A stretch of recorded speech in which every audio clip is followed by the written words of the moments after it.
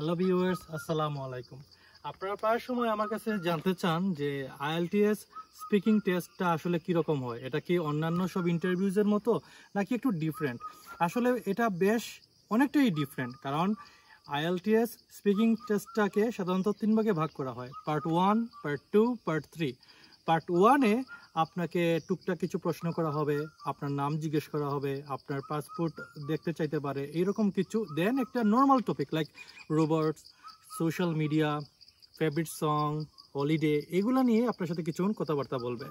Part 2 হচ্ছে আপনাকে একটা টপিক বেছে নিতে হবে, কিন্তু সেই টপিকটা আপনি আপনার ইচ্ছা মতো বেছে নিতে পারবেন না, এটা র্যান্ডমলি আপনাকে বেছে নিতে হবে। অথবা বর্তমানে যেহেতু ভিডিও কলে পরীক্ষাটা হয়, সেহেতু কম্পিউটার স্ক্রিনে সাফল হয়ে যে কোনো একটা টপিক আপনার সামনে আসবে, আপনাকে 1 মিনিট সময় দেওয়া হবে।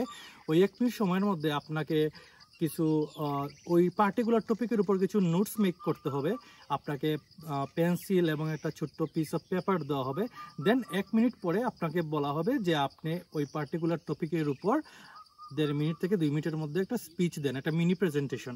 তখন কিন্তু পরীক্ষক কোনো কথা বলবে না, সে জাস্ট আপনাকে অবজার্ভ করবে, আপনার স্পিচের মধ্যে গ্রামারটা খেয়াল করবে, আপনি কত হাই লেভেলের ভোকাবুলারি ইউজ করতেছেন সেটা খেয়াল করবে, আপনার প্রনাউন্সিয়েশন খেয়াল করবে, এইগুলাই।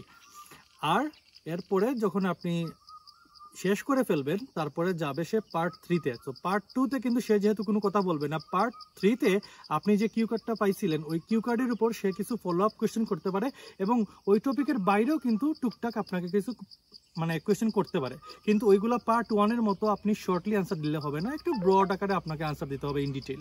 সো এভাবেই পার্ট 1, পার্ট 2, পার্ট 3, এই 3টা ভাগে আইএলটিএস স্পিকিং টেস্ট বিভক্ত, এবং এভাবেই আপনাকে আইএলটিএস স্পিকিং টেস্টটা অ্যাটেন্ড করতে হবে।